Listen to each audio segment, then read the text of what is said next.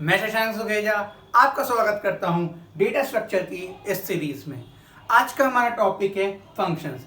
ये जो टॉपिक है ये बहुत ही बेसिक टॉपिक है किसी भी लैंग्वेज को पढ़ने के लिए, क्योंकि इससे हम मॉड्यूलर प्रोग्रामिंग अप्रोच यूज़ करते हैं। अब इसका फ़ायदा क्या होता है, चलिए देखते हैं। उससे पहले हम देखेंगे इसकी डेफिनेशन और इसको किन किन तरीक़ों से हम लोग इम्प्लीमेंट कर सकते हैं वो देखेंगे। चाहे वो कॉल बाय वैल्यू हो, चाहे वो कॉल बाय एड्रेस हो, चाहे वो कॉल बाय रेफरेंस हो। तो चलिए स्टार्ट करते हैं। सबसे पहले मैं आपको बताता हूँ फंक्शंस की definition. Functions are a group of instructions bundled under one section. जैसे एक कोई फंक्शन है एडिशन फंक्शन, तो मैंने इसका कोई ऐसे फंक्शन लिखा, इसमें लिखा मैंने c is equal to A plus B, और मैंने यहाँ पे क्या लिख रखा है, int A comma int B. तो ये जो काम है हमारा वो कौन कर रहा है, तो ये जो चीज है, जो ये सेक्शन है, वो किस चीज के लिए है, सिर्फ एडिशन के लिए है, इसको और कोई काम नहीं करना। तो मैं आपको बताता हूं कौन सी प्रोग्रामिंग कब यूज होती है और इसका बेनिफिट क्या होता है। चलिए इसको एक एग्जांपल से समझते हैं। तो चलिए मैंने एक एग्जांपल लिखा है जिसमें हम समझाएंगे मोनोलिथिक अप्रोच क्या होती है और मॉड्यूलर अप्रोच क्या होती है। जब हम सारा कोड, जैसे पहला काम, दूसरा काम, तीसरा काम, पहला काम का कोड हमने यहीं लिख दिया, फिर दूसरा काम का कोड भी हमने यहीं लिख दिया, फिर तीसरा काम का कोड भी हमने यहीं लिख दिया, और फिर से शायद हमको पहले काम की जरूरत पड़े तो हमको फिर से यहाँ लिखना पड़ेगा। तो होगा क्या, फिर से हमको सेम कोड लिखना पड़ेगा। तो ये क्या हो रहा है, पहला काम, दूसरा काम, तीसरा काम, फिर से पहला काम। तो हमको बार बार एक ही कोड को एक जगह लिखना पड़ रहा है। तो इसको बोलते हैं मोनोलिथिक अप्रोच।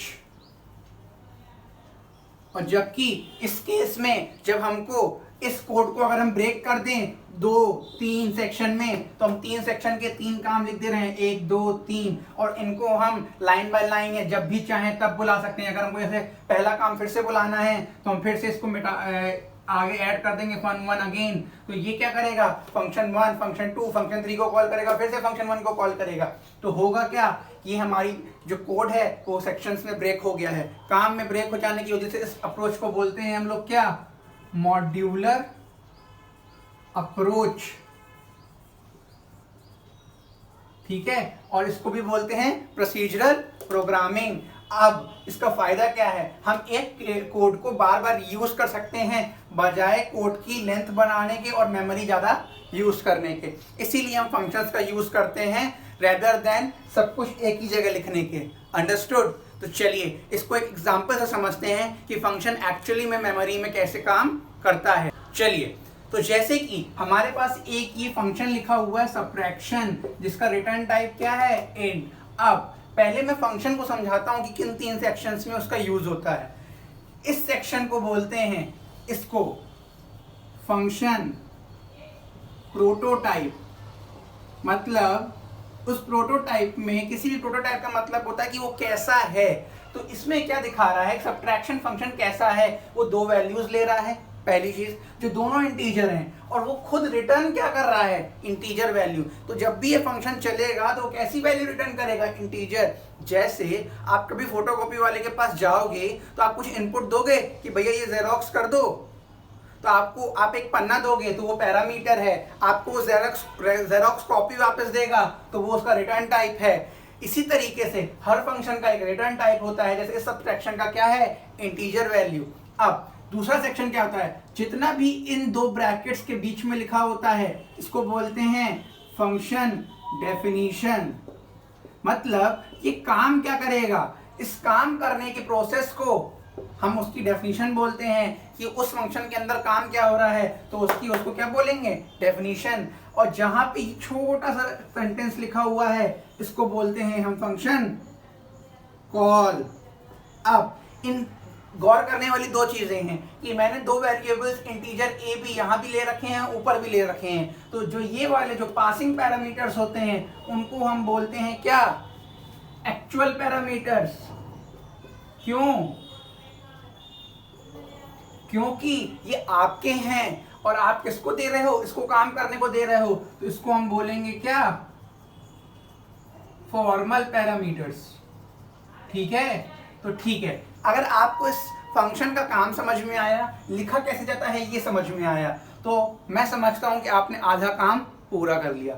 अब ये मेमोरी में काम कैसे कर रहा है, चलिए इसको देखते हैं। अब हम इस प्रोग्राम को ट्रेस करते हैं लाइन बाय लाइन और देखते हैं मेमोरी में कैसे टेक प्लेस कर रहा है। सबसे पहले काम कहाँ से चालू होगा, मेन फंक्शन से। मेन फंक्शन में पहले क्या हो रहे हैं, दो वेरिएबल्स क्या हो रहे हैं, इनिशियलाइज हो रहे हैं। तो दो वेरिएबल्स इनिशियलाइज हो रहे हैं तो हमको क्या करना पड़ेगा, हमको इन दो को स्टैक मेमोरी में यहाँ पे क्या करना पड़ेगा, इनिशियलाइज करना पड़ेगा। तो एक हो गया A जिसमें है 20, एक हो गया B जिसमें है 10।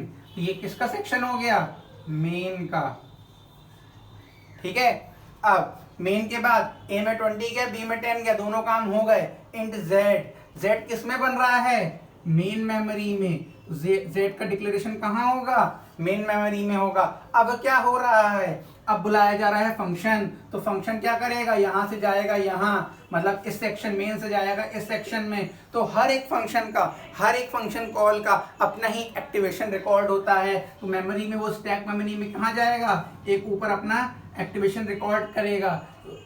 तो एक काम करता हूँ, यहाँ जगह कम है तो मैं यहाँ पे अपनी स्टैक मेमोरी डेवलप करता हूँ। मान लीजिए ये same to same stack memory यहाँ मैं लिख रहा हूँ। तो हो क्या रहा है, मैंने A ले लिया था 20, मैंने B लिया था 10 और यहाँ मैंने Z इनिशियलाइज किया हुआ था। तो ये सेक्शन किसका था, मेन डिक्लेरेशन का। दूसरा जो हमने इसके ऊपर जिस कॉल पे बना, तो ये सबट्रैक्शन वाले का अपना एक सेक्शन है। तो सब ने मेमोरी में अपनी एक स्पेस ली, ये किसकी थी, मेन की। तो सब ने अपनी ली, तो उसके पास कौन से दो वेरिएबल्स हैं, इंट A, इंट B, ठीक है। तो इस A ने यहाँ पे A की वैल्यू 20 थी और यहाँ 10, तो ये दो वैल्यूज किसमें पास हो गई, इन दो में पास हो गई। तो जो ये पैरामीटर्स थे वो हमारे कौन से थे, फॉर्मल पैरामीटर्स। जो ये पैरामीटर्स थे वो कौन से थे, एक्चुअल पैरामीटर्स।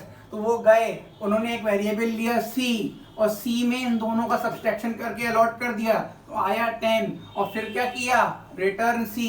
तो जैसे ही वैल्यू रिटर्न हुई, रिटर्न वैल्यू कौन ले रहा है, Z।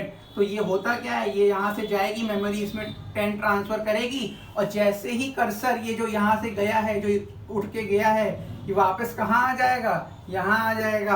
तो ये एक्टिवेशन रिकॉर्ड क्या हो जाएगा, कैंसिल हो जाएगा।